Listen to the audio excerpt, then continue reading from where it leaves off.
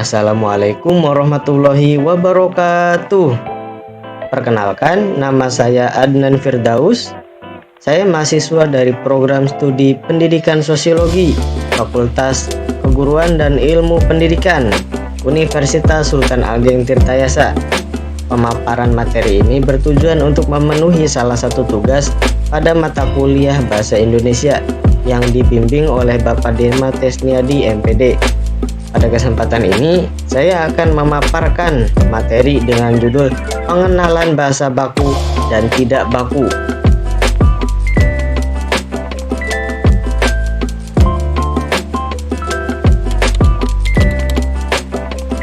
Apa itu bahasa baku?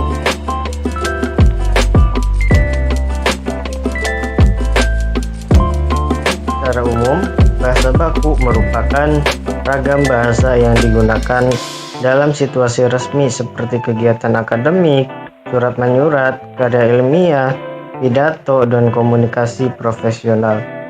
Penggunaan bahasa baku mencerminkan sikap santun, cermat, dan menghargai lawan bicara, serta berfungsi menjaga kejelasan dan kewibawaan bahasa Indonesia.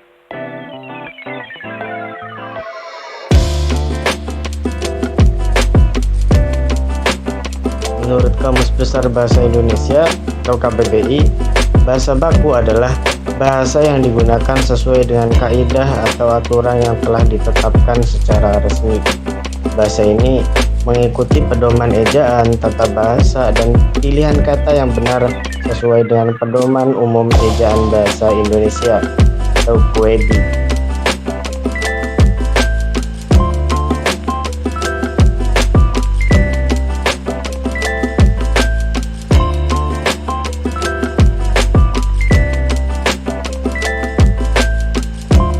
Sementara itu, bahasa tidak baku merupakan bentuk bahasa yang tidak mengikuti kaidah bahasa Indonesia secara resmi.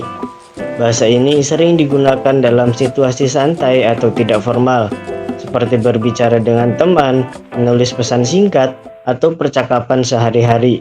Meskipun lebih sederhana dan akrab, penggunaan bahasa tidak baku tidak dianjurkan dalam konteks formal, karena dapat mengurangi kesan sopan dan profesional.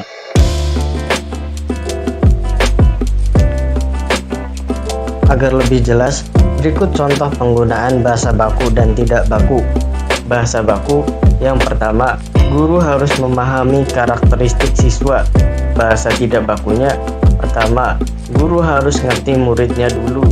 Meskipun bahasa baku dan bahasa tidak baku memiliki banyak perbedaan dalam hal kaidah, struktur, dan konteks penggunaannya, keduanya tetap memiliki beberapa persamaan penting, antara lain: yang pertama, sama-sama merupakan bagian dari bahasa Indonesia, baik bahasa baku maupun tidak baku, termasuk dalam sistem bahasa Indonesia, dan digunakan oleh penutur bahasa Indonesia dalam kehidupan sehari-hari. Yang kedua, memiliki fungsi utama sebagai alat komunikasi. Kedua bentuk bahasa tersebut digunakan untuk menyampaikan pikiran, perasaan, dan informasi dari satu individu kepada individu lainnya.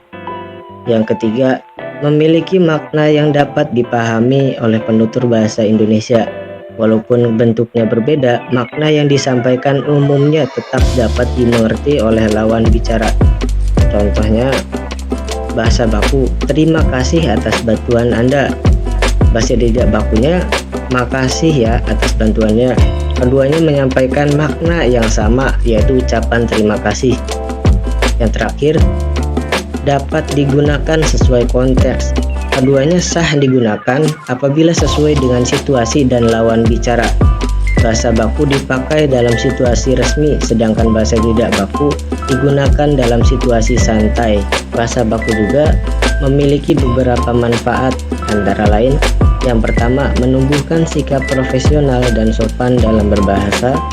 Yang kedua, memudahkan penyampaian gagasan secara jelas dan terstruktur. Yang ketiga, meningkatkan mutu komunikasi di lingkungan akademik maupun pekerjaan. Yang terakhir, menjadi standar dalam pendidikan, pemerintahan, dan media massa. Demikian pemaparan materi yang dapat saya sampaikan mengenai penggunaan bahasa baku dan tidak baku. Semoga materi ini dapat menambah pengetahuan dan kesadaran kita dalam menggunakan bahasa Indonesia dengan baik dan benar sesuai konteksnya. Saya ucapkan terima kasih kepada teman-teman yang telah menyimak dengan baik. Wassalamualaikum warahmatullahi wabarakatuh.